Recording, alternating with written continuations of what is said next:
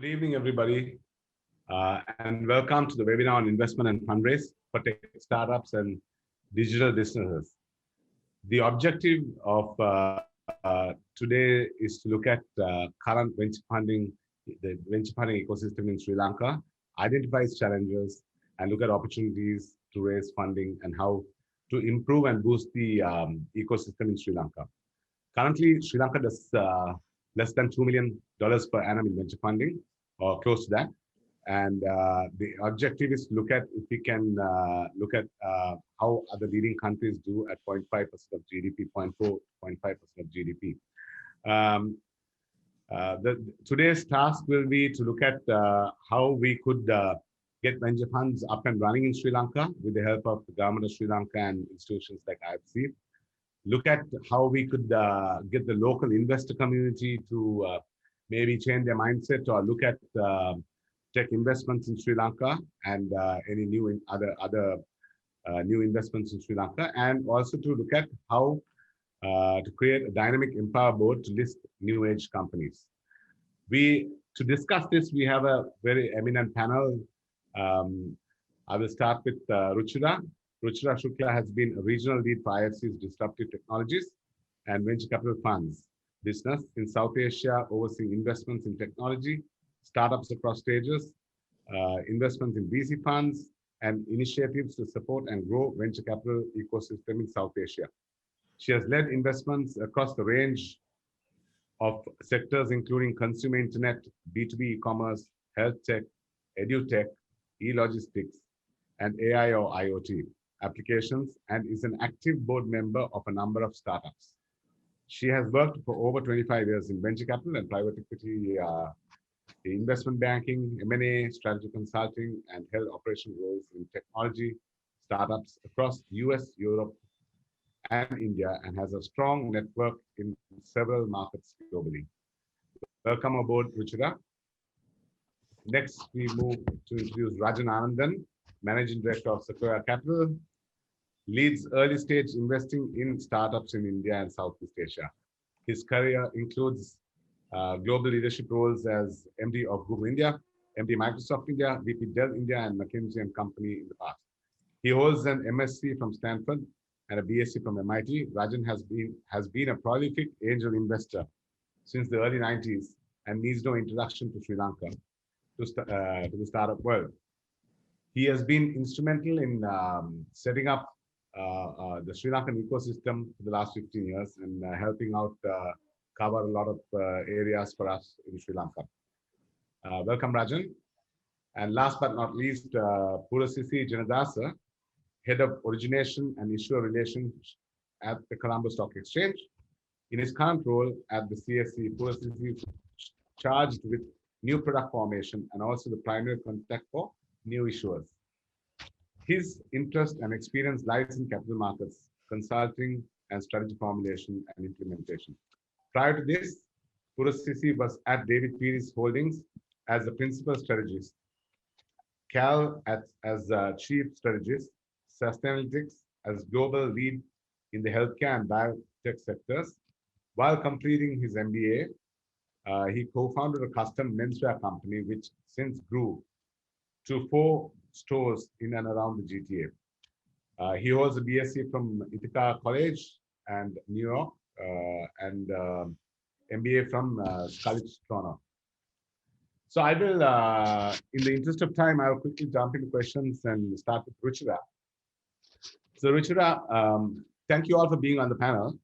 So IFC believes that the early stage of local VC ecosystem is often most crucial for building and sustaining healthy entrepreneurship and innovation.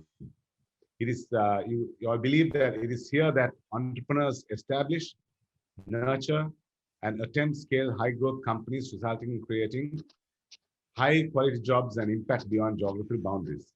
Startup Catalyst was created for the same reason. IFC is invested in many regions and helped those countries to boost the ecosystem. This also has helped bring in new funds into these frontier markets.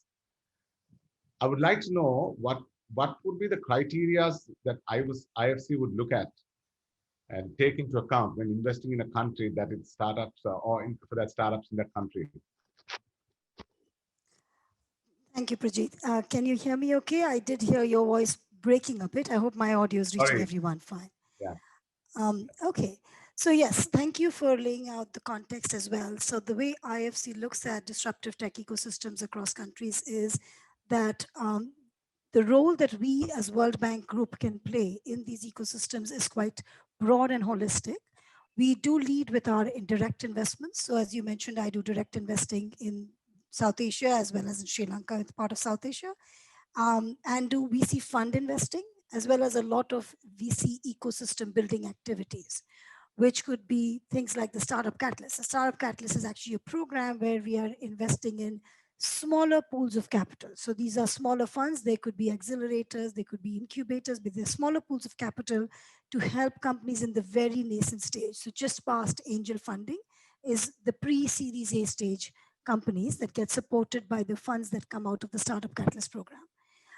But we also do a lot of other ecosystem building initiatives, such like another example would be Tech Emerge, where we advise companies that are innovators globally to come into emerging markets with their technologies. And we make introductions for these innovators with tech adopters. So give an example of, we did a Tech Emerge Health program where we invited innovators in health into India and introduced them to large hospitals and lab chains and brokered these meetings to support the structuring and funding of pilots. And those pilots then led to commercial contracts. And in doing so, we brought new technologies into the Indian market. So we've now done that for East Africa, we've done that for Brazil, which is again for us an ecosystem building initiative, because as the big corporates adopt new emerging technologies, it gives a boost to all the tech innovators out there, because then they get more validation with their potential customer group. Coming back to your question on what do we look for when we do a direct investment. So impact is close to our heart. So that ends up being the central part of what we look for. We ask the entrepreneur, what problem are you solving? And this needs to be a big, bold problem, right? Because it needs to be one that, if solved, can result in impact across various metrics. So in health, it would be patients reached, or lab tests conducted, or medicines delivered, and things like that. It could be students reached for edutech. It could be SMEs digitized for a B2B platform. So we actually quantify the metrics, and we look at what kind of metrics are being achieved on the impact side. Then we look at TAM. So it has to be a big problem, solvable for a large market, because that's the kind of scaled impact that we want to deliver. And we think if the TAM is large, not only will the impact will be large, but also the financial impact of our investment.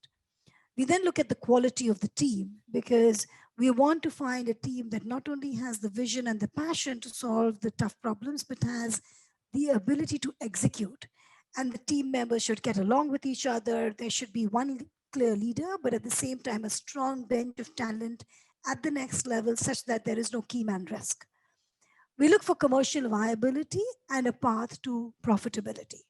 So we want to make sure that while the impact story is there, there is also commercial viability and financial returns, because I'm a strong believer that impact without financial returns is not sustainable. So we want to see both of those coming together. And finally, we look for the quality of the cap table. Who all have backed this company? And in markets like Sri Lanka, sometimes that part is the hardest. And that's where we will work with the company and leverage our networks to bring the right set of investors to the table. We see IFC's role as one where we are an enabler, we are the flag bearer, we will go in first, but the idea is to crowd in other sources of private capital and then create a robust cap table, which then can support the company all the way till it actually achieves its goals and can give exits to all the investors. Great. That's very insightful. Thank you. Let me get back to you, follow up on that a little later, but I'll move on to Rajan. Rajan, you have been a veteran at this game since the 90s. You're also very familiar with the Sri Lankan startup ecosystem. So being part of a global fund and as an investor since the 90s, what do you think it will take to bring more venture funds into Sri Lanka? Yeah, I think, first of all, thanks for having us, Prachi. and great to be with my co-panelists. And I'm glad the country is having Lanka Internet Day, which is good. Hopefully all Lankan entrepreneurs are sort of dialing in. Look, I think Sri Lanka is, both got lots of opportunities for building interesting companies, but also has some, pretty serious challenges. I mean, I think all four of us in this call are on the Zoom are very familiar with those. I think the opportunity really is, look, really smart people, which is really good. I think Moratuwa University on a per capita, per density for an engineering, for any university in the world, has extraordinary talent and obviously very, very strong technical talent. I mean, that's sort of what, we focus on. And as a result, I think that technical talent can do very interesting things. So that's one.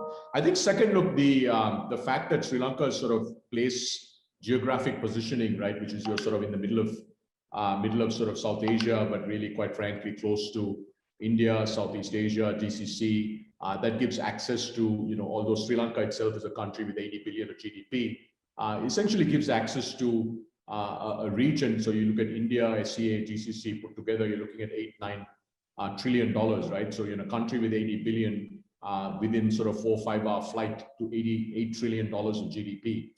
So I think that's actually quite powerful. And then the last thing is, look, it just the fact of where the ecosystem globally is today, which is internet now reaches 4.5 billion consumers around the world. SaaS ecosystems have developed where you can build anywhere from anywhere, and that gives you opportunity if you have really smart people to build companies from anywhere. So I think all of that is very positive.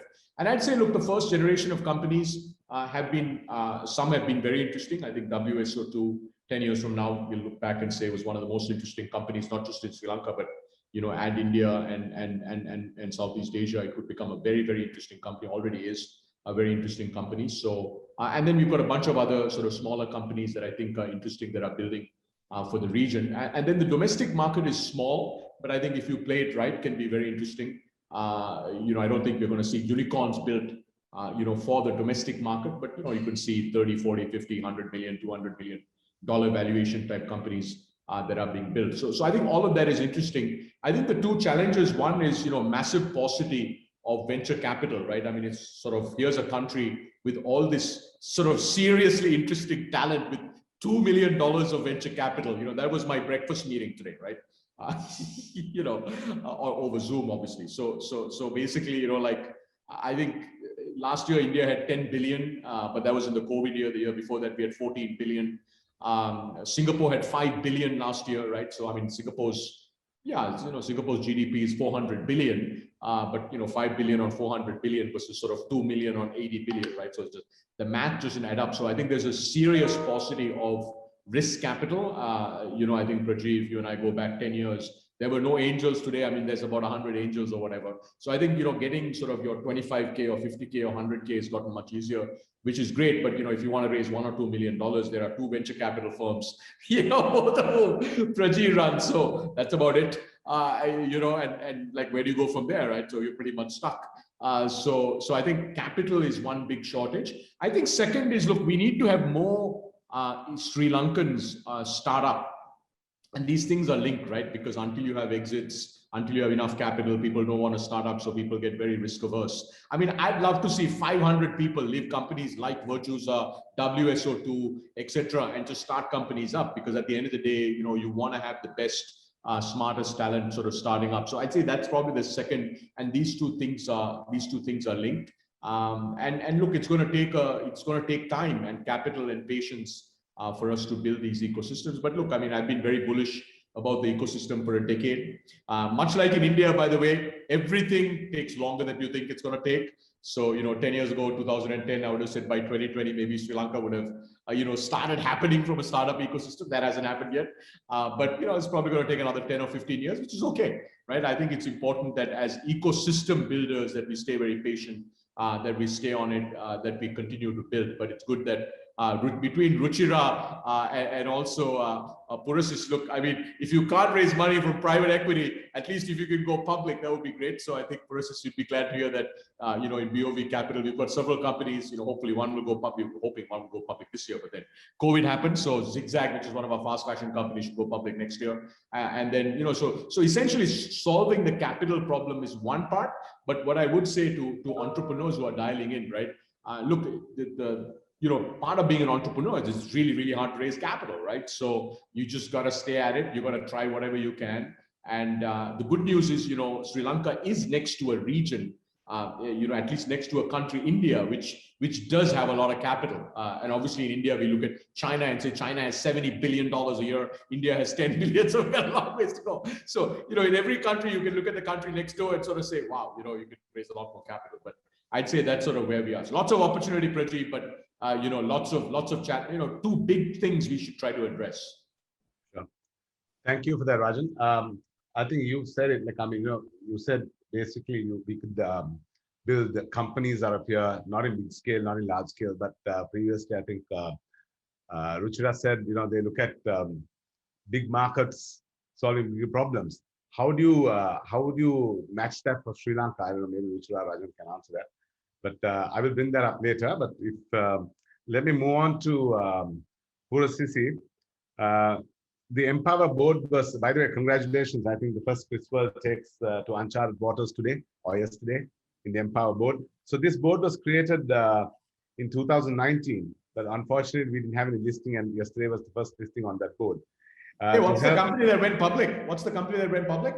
It was called QuizWorld. It's a logistics player, small SME. So this board, I think Purasisi will explain that more, but this board was created for SMEs to go bring in more capital, so fantastic. That they do talk to us about this company. I'm curious to learn what it is. So that's why Purasisi is here to help raise more funding. So Purasisi basically looking at the current market dynamism, right? And if you compare it to the US, where the average age list is about 7-8 years, right?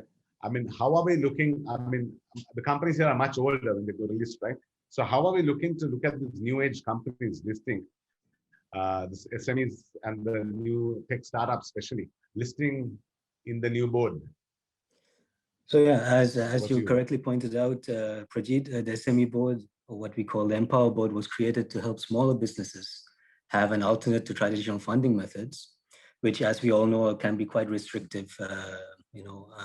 So keeping in mind the needs of entrepreneurs as well as future investors, the board has less restrictive listing requirements and a system in place to ensure that nascent companies have the guidance required to operate as a public entity. Now, that's where the unique point is. The guidance comes in the form of a sponsor. So there is a sponsor that's required for the company to be listed on the Empower board. And the benefit of this requirement extends to both the company as well as eventual shareholders. The sponsor will act as a mentor during the listing process and continue to work closely with the company for a 2-year period post-listing. So as you can see, the sponsor has the leeway to act similar to an early stage investor, with the additional requirement, of course, of fully understanding the listing regulations. So again, so to encourage smaller companies to list on the Empower board, what we've done is that we have preferential listing requirements as well. There's a lower threshold for stated capital, no requirements on profitability or revenue, and an operating history of only 2 years.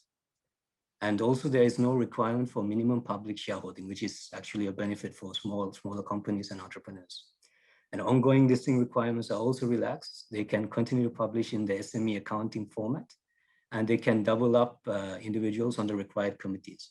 So as you can see, what we've done is we created a platform where it's easier for nascent companies to access global funding, while also providing the benefits in the form of a sponsor, where they get the mentorship required to both act as a public entity as well as on the business strategy and growth side.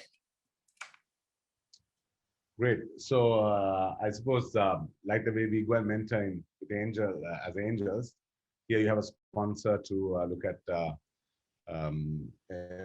mentoring these companies and taking them forward. Yeah. That's right. Just Prajeet, sorry, at least I'm not familiar. This is super interesting. So how much money did this company raise, the one that went public yesterday, and what's the market cap? Purasisi, give us some numbers. Give us some, hold on. Let me bring it up. So the company, man. We should all celebrate this company. 25% stake at 7.5 million shares at 750 rupees a share. So looking at raising 56 million rupees of funding. 56 million or 500 million? 56 million rupees 56 Small amount. million rupees. Ah, okay. And what's the market cap of the company? At 25%, Rajan. So they're basically at 25%. So Okay, got it. So about 200 million. So about $1 million market cap. Got it. Yeah. You know, that's great. Well, thank you for that, Purusri, and it's hopefully this will become a dynamic board to bring in smaller companies to bigger pastures. But coming back to you, Ruchira, I just following up on your first thing and what Rajan said as well, and also I'll just follow up with a second question to you on how IFC will view the digital startup ecosystem in Sri Lanka compared to the region. Because today is Internet Day, and we are looking at focusing on getting 100% internet around the country. And how have Sri Lanka investments done so far for IFC compared to the region? Is another question. Also, I'm going to combine that with the last question I left with in terms of, you looked at larger markets, right? And so Sri Lanka is not a big market. So how do you look at entrepreneurs going out from here? And what would be the criteria for that? It is a bit a loaded question, but 3 in 1. I hope you got that clearly. I did. Yeah. And I'll ask you if I missed anything, or you can point it to me if I missed it. Sure. So yes, a good place to start would be the size of the market and the size of the problem, right? So I think, we're living in a world where we should think beyond national boundaries. So if you think about just the domestic market for Sri Lankan startups, yes, one would argue it's a small market. But as Rajan said, you can solve a problem from anywhere for anywhere. And increasingly, the world is open to that. And Sri Lanka's got the kind of global high quality talent pool that can solve problems that are globally relevant. And so I would encourage the entrepreneurs that are listening to us today to think bigger and to not be constrained by the domestic boundaries. Right? There can be regional solutions created out of Sri Lanka. There can be global solutions created out of Sri Lanka. WSO2 is a classic example of that. It's a company that I've tracked for over the years and been very impressed by what it's delivered. There is Imojot, which is another company out of Sri Lanka, also solving global problems, right? So we'd like more and more entrepreneurs to think bigger. There is definitely a need for more capital, but I think it's also a circular thing. So as investors start seeing entrepreneurs from the country solving larger problems globally, investors who are holding back because they think the TAM is too small. For those who don't know, TAM is the target addressable market. So for those listeners, if investors are holding back because they think the target addressable market is small, they see the entrepreneur's vision is larger, and that will already solve it. More capital will come, which means bigger problems can be solved. Bigger problems get solved, which attracts more capital. So that will set a virtuous cycle in motion. It will also create an opportunity for showcasing success. I think the ecosystem has some successes already, the names we've already mentioned, but more such successes should need to come into being. And the government, the regulatory bodies, the Empower Board you talked about are all enablers in making those success stories shine, so that that demonstration effect will bring more entrepreneurs into the ecosystem and more investors into the ecosystem.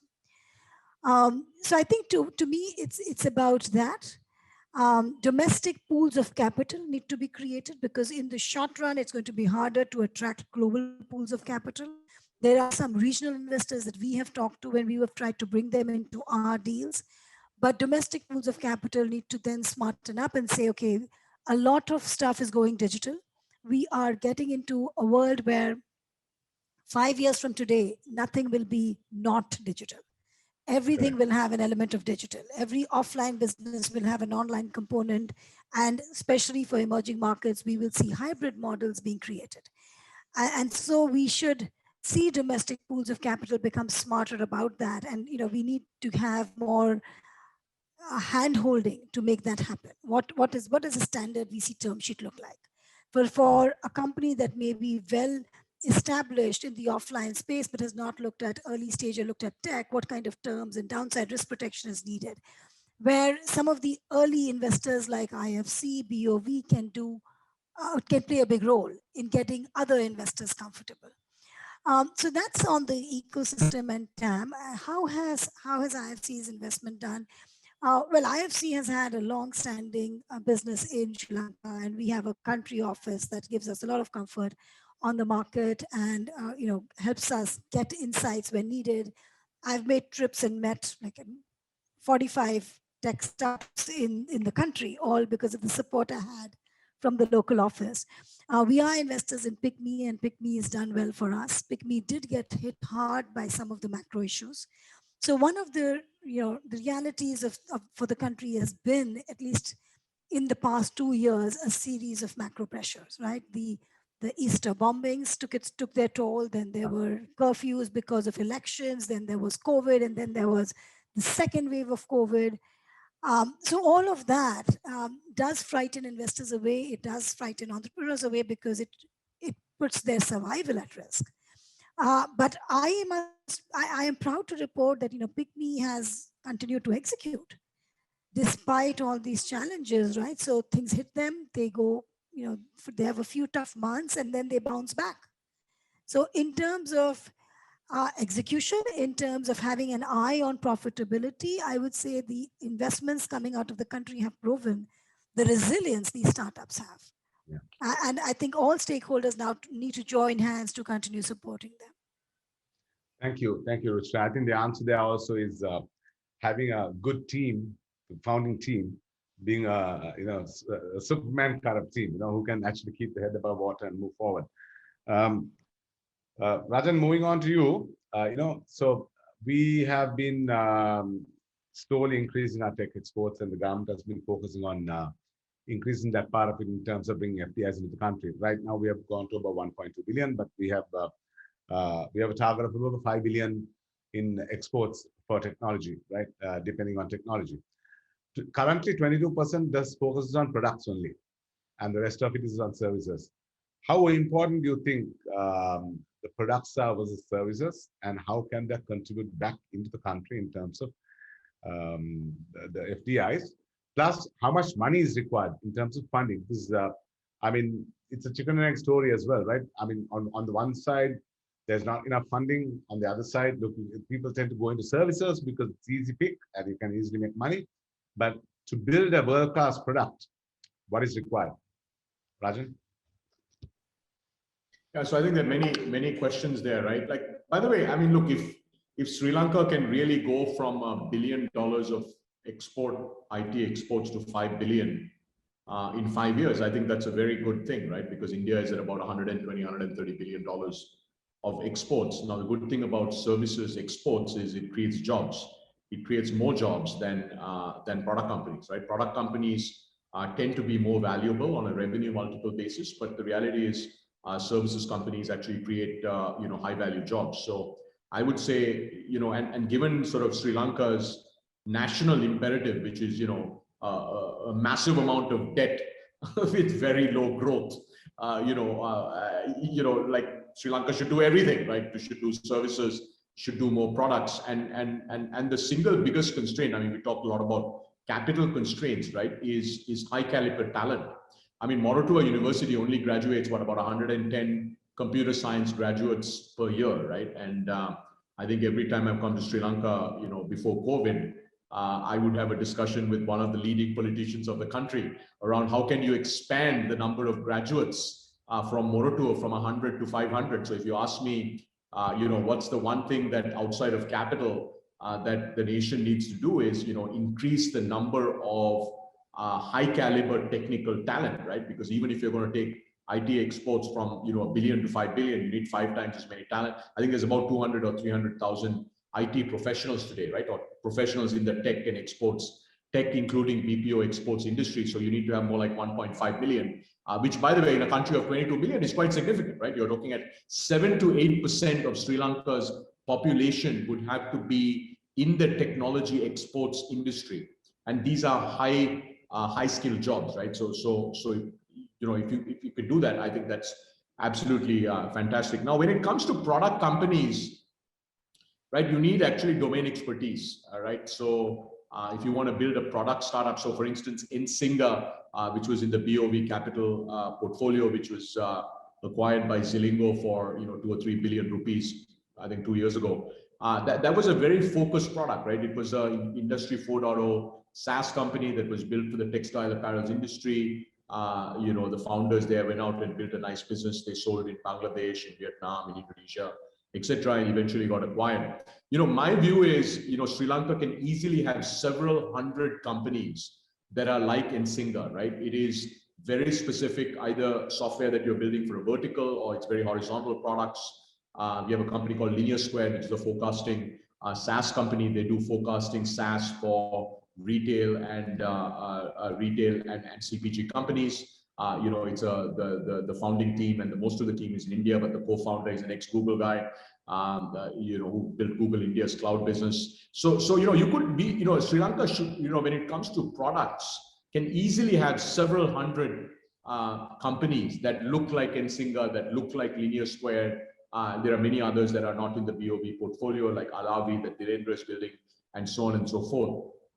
But they have to do with, you have to have literally 3 things come together, right? You have to have very strong software talent, because these are product companies, and unlike a services business, nobody's telling you what to build. Second, you have to have domain expertise, right? Where you know actually what to go build. So that becomes pretty important. And the third thing is what Sri Lankan entrepreneurs really lack is you have to have strong go-to-market skills, right? And either you're doing a WSO2 like go-to-market, which is a digital-first distribution. Sanjeeva built sort of WSO2 through digital marketing, content-driven strategies, things like that. So you get inbound leads and then you close with, close on phones and things like that. Or you have to actually get on planes. Well, in the pre-COVID world, you get on planes, but today you get on Zoom calls and you're selling to enterprises, right? So I'd say that's probably the third thing that you need. So you need to have all three of those things. And I think today what we see, India today, the single biggest theme for the Indian startup ecosystem in this decade, 2020, 2030, is going to be SaaS, because SaaS is gigantic. It's $200 billion of SaaS ARR globally. It's growing at 30 to 40% globally, right? So, we could create, Sri Lanka really should be creating hundreds of high quality SaaS companies. And the good thing is, you don't need thousands of engineers to build a company that gets to $100 million of valuation. You need 50 great engineers, right? So in a country where you don't have as many engineering graduates, the product company is becoming an interesting way to maximize the value that you can get as a nation, right? So if you look at Israel is a great example, right? Israel is a country of 7 million people. Last year, I think they had $7 billion of exits, which is crazy, right? Just 1 year. They had 15 new unicorns in Israel, right? Israel is a country with 1/3 the population that Sri Lanka has. So in a country where you don't have as many people, it's better to build product companies simply because you can maximize value, whether it's revenue, whether it's valuation, whatever it is, with that set of talent. So I would say Sri Lanka should, anyway, long answer to your question, Prajeet, but it's not one or the other. Sri Lanka should try to grow services as much as you can, but at the same time has the potential to build product companies. Thank you, Rajan. While I have you there, I think we've got about 15 minutes left. So I'm just going to quickly run through the next question with you as well. What do you think conglomerates should do? Because a lot of conglomerates here are trying to go digital, bring in digital technology into their companies, and some of them are not getting it right, some of them are getting it right. What is your advice to them in terms of investing in technology or hiring technical know-how into their companies? What's your advice? I think yeah, Sri Lankan conglomerates are sort of interesting, right? They should first and foremost be glad that they're in Sri Lanka, because otherwise by Sunday morning at noon, they'll all be gone. Right? Because their level of competing with the level of intensity that is required to win is extraordinarily low. The good thing, Praji, is unlike you, I can say whatever I want to say. Because look, the level of competitive intensity of Sri Lankan conglomerates is shockingly low. Right? Can you imagine, a Sri Lankan conglomerate competing with a Reliance? I can't even imagine. That's a rapid motion movie that ends very quickly, right? So what I mean by that is, and it's got to do with talent, right? You've got to hire sort of cutting edge talent. You've got to unleash the young talent that you have. And it amazes me that none of them do much with digital, right? I mean, obviously there are progressive companies like Dialog who are very progressive. You know, Dialog has a digital innovation fund, and obviously that's a tech company because it's a telco. So there are some companies that are doing it very well, but a large number of conglomerates in Sri Lanka are not doing much. So I'd say, look, it's the basic things, right? It starts with leadership. You have to say, how do you digitally transform your business? The good thing today is, as Ruchira mentioned, every business today is digitally impacted one way or the other. So, you know, but making sure that the mandate starts from the top, you got to hire the right talent. I think some of the larger groups, they should invest in companies just as a way to learn, because, you know, it's a great way to learn. Some of them maybe should buy some early stage startups, because that's a great way to actually bring high quality talent into their companies. And you look, it's a journey, right? I mean, if you go back, even in India, if you go back 10 years ago, you know, Sri Lankan, Indian conglomerates weren't doing much with digital. And last year, you know, Reliance had $20 billion come into one company, right? With Google putting 5 billion, Facebook putting 5 billion. I mean, that's how much the transformation has come, right? At the Tata Group, which is the largest conglomerate in India today, you know, Chandra, who leads the Tata Group, I mean, digital is his #1 priority. Now, obviously, Chandra used to run TCS, which is the world's most valuable IT exports company. So, you know, leadership, knowing tech, knowing digital, makes a big difference. But I think there's a lot that Sri Lankan conglomerates could do. But at the end of the day, look, the digital transformation of Sri Lanka is not going to be led by conglomerates, right? Conglomerates do not lead transformations. Why? Because they're large companies, they have legacies. They can't disrupt themselves, right? Transformations in every country, anywhere in the world, is always led by innovators, i.e. startups. So at the end of the day, if Sri Lanka is going to become a digitally relevant nation, conglomerates aren't going to be the ones that are going to get there, Prajeet. So it's got to be led by innovators, startups, and so on and so forth. And that's what, and then eventually what happens is, eventually the conglomerates wake up and say, oh my God, it's real. You know, and usually for most of them, by that point, it's too late. But the better ones actually make it through the chasm. Got that. Got it, Rajan. Thank you. Thank you. I think that's very insightful in terms of talk about startups bringing out innovation. I'm just going to quickly move on to Purasisi. I'm looking at the depth in the investor pool is important for any thriving market. Right? And what is CSC doing to attract foreign investors, institutional and regional investors? With the interest rates being low, most people are looking for other forms of investments today, right? So how would CSC help increase secondary trading and liquidity in the current markets? Purasisi? Yeah, sure, Prajeet. I think I'll touch on 3 of those points really quickly. The first is that, you know, we have to understand that Sri Lanka is a frontier market, right? Being a frontier market, the stock exchange will reflect that fact. When you point to liquidity, it's a reflection of the size of the companies listed on the exchange, which is a reflection of the size of the economy. So as Sri Lanka grows economically, I think there will be a tendency for this illiquidity to kind of resolve itself. Secondly, there's an area that we are actively involved in, which is the breadth of financial products available for capital deployment and capital formation. So what we are doing is that we are actively looking at launching new financial products on the exchange, which issuers as well as investors can take advantage of. So for 2021, we have 3 new products in line that we are going to launch, which will increase investor participation and, as you say, the depth of the investor pool. And very quickly, I think one important aspect that we have to touch on also is the support that the government provides to make the capital markets vibrant. So what we are looking at now is that there's a tax break, 50% tax break given to new issuers, but there is more importantly a 1.2 million rupee tax deduction given to investors as well. So such progressive policies will hopefully encourage investors as well as issuers to access capital markets and make it a little bit more vibrant than it is today. Okay, great. I think we are almost running out of time, so I'm going to quickly. There's one question, Rajan. Would Sequoia Capital look at investing in Sri Lankan startups?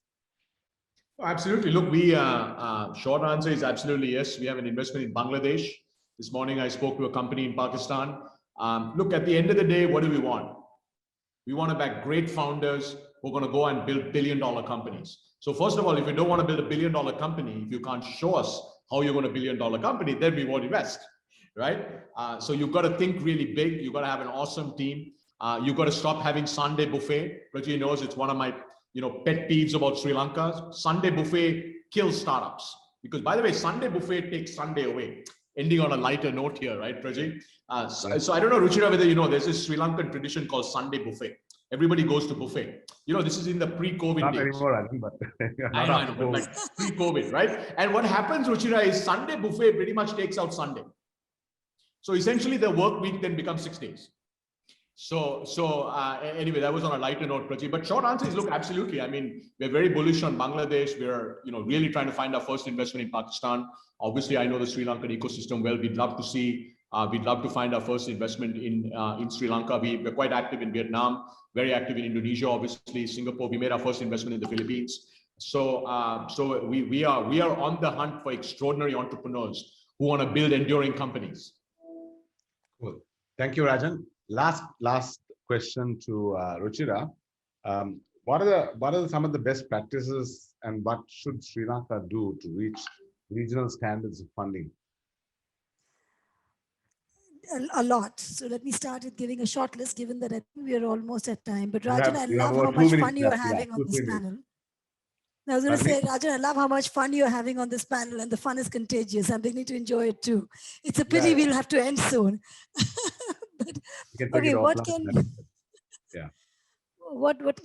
Sri Lankan startups do better? What the economy can do better? So I mentioned in passing about the documentation. So since it's a very tactical point, let's get that out of the way. I led IFC's first investment in a tech startup in Sri Lanka, also IFC's first investment in a tech startup in Bangladesh. And I manage a portfolio of about 19 assets in India. When I compare, what I found is doing the first such investment in those markets, both Sri Lanka and Bangladesh, didn't have the kind of documentation we see in place in other more seasoned emerging markets. And as a result, that often means the investor has to do a lot more work. So in terms of best practices, clearly understanding what does a standard VC SHA look like? What does a standard VC term sheet look like? Just that kind of education to founders, to other investors, to angel investors could help. The other thing I would say is governance. Governance, monitoring, tracking of metrics, because when we as investors go into a new market, and a lot of investors coming into Sri Lanka will be going into what's new to them as a market, will need to see that there is the right practices in place on monitoring, ensuring that there is no related party transaction, the MIS systems are in order, the accounting systems are, all the data and etc. is well tracked, and the metrics are periodically reported. The third thing I would say is cash management, right? We talked earlier about the macro pressures that the Sri Lankan economy has faced in the last 2 years. And as a startup, you're always short on cash. So one has to be, just focused on execution, but focused on cash flow management all the time, because you're always going to be short on cash, and you can't take for next check and when it's going to show up. And the last thing I would say is learn from other founders. And since there are role models in Sri Lanka, we've talked about some of the startups that have done well, but also in this global, highly connected world, you can talk to founders in other markets. I have the Zulfa from PickMe, we frequent request introductions to startups based out of Bangalore. We make the connects, he chats with them, learns from them. Our Bangladeshi startup flies into Bangalore. I mean, this is pre-COVID, but meets everyone. So I think, founders everywhere, they bond on one thing, is that every day is a challenge. And they're all willing to share their stories about struggles and successes. And I would encourage all founders in Sri Lanka to do that. Learn from your peers and don't hesitate to reach out. Thank you. That was very insightful. Unfortunately, I think we've run out of time, so we'd have to wrap it up. Any final one-liners from anybody? Please do. Maybe I'll start with Rajan. I think you've had the. Look, I think. Look, if I'm assuming most people dialing in are founders, or at least Sri Lankan internet entrepreneurs. Look, think really big. Life's too short. Think really big. Look, building a company is hard anywhere. Ruchira talked about it. It is hard. It is hard to build in Sri Lanka. It is hard to raise money. It's hard to hire talent. But look, that's why you became an entrepreneur. And what I can tell you is, look, many of us who are rooting for you. And look, I'm a big bull on the Sri Lankan tech ecosystem. And I'm really hoping that, it doesn't really matter, by the way, Praji and I are quite still young. So we're going to be at it. And we're looking for, massive, massive companies to be built out of Sri Lanka. Thank you. Purasisi, any final words, last words before we... Yeah, sure. What I want to say is that, we encourage all entrepreneurs seeking funds for growth to explore the opportunity presented by the Empower Board, but also for future early stage tech investors to explore the benefits of becoming a sponsor. I think the ability to become a listed entity at an early stage while being guided and mentored is an attractive proposition to both the entrepreneur and the early stage investors. So do reach out to us. I think that's something we should explore because there are no tech companies on the listed yet, except for eChannel maybe. But that's right. Yeah, so we should look at that. Ruchira? Well, my message will be to the people who are sitting on the sidelines wanting to be entrepreneurs. So my message to them is life is too short. Take the plunge, take that first step, and the path that looks blurred today will become clear. And once a startup gets into being, gets created, investors will show up, the ecosystem will start supporting you. As Rajan says, we're all there to make it happen. So take the plunge. Yeah. With that note, I would like to leave this forum thanking Fitis, Zulfa, Latika. Thank you, Latika, for being on the panel today as well, or being on the seminar today. And Ian Y. Yasit, who's been providing a lot of information, and the team. So thank you all and have a good evening.